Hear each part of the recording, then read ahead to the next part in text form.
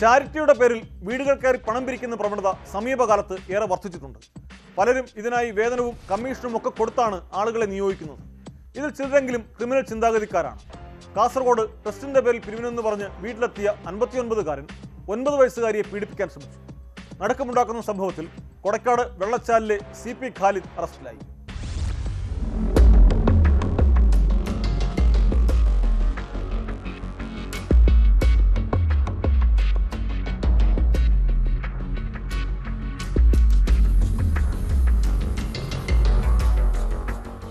ട്രസ്റ്റിന്റെ പേരിൽ വീട്ടിൽ പിരിവിനെത്തിയ 59-കാരൻ 9 വയസ്സുകാരിയെ കയറിപ്പിടിച്ച് പീഡിപ്പിക്കാൻ ശ്രമിച്ചതായാണ് കേസ്. പ്രതിയെ നീലേശ്വരം പോലീസ് അറസ്റ്റ് ചെയ്തു. കൊടക്കാട് വെള്ളച്ചാൽ CP ഖാലിദിനെയാണ് പോക്സോ നിയമപ്രകാരം അറസ്റ്റ് ചെയ്തത്. വീട്ടിൽ താൻ മാത്രമേ ഉള്ളൂവെന്നും കയ്യിൽ പണമില്ലെന്നും പറഞ്ഞപ്പോഴാണ് ഇയാൾ പെൺകുട്ടിയെ കയറിപ്പിടിച്ചത്. ഇതോടെ പെൺകുട്ടി നിലവിളിച്ചു. ബഹളം കേട്ട് വീടിനടുത്തുണ്ടായിരുന്ന കുട്ടിയുടെ മാതാവും പ്രദേശവാസികളും ഓടിയെത്തി. ഖാലിദിനെ പിടികൂടിയ നാട്ടുകാർ കൈകാര്യം ചെയ്ത ശേഷമാണ് പോലീസിനെ ഏൽപ്പിച്ചത്.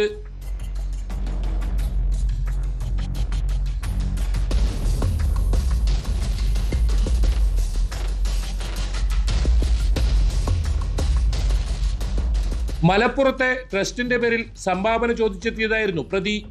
ഇയാൾക്കെതിരെ പോക്സോ വകുപ്പ് പ്രകാരമാണ് കേസെടുത്തത്.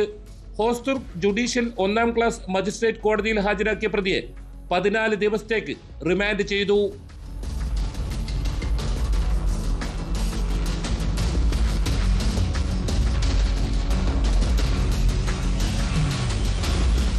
ന്യൂസ് 18 കാസർഗോഡ്.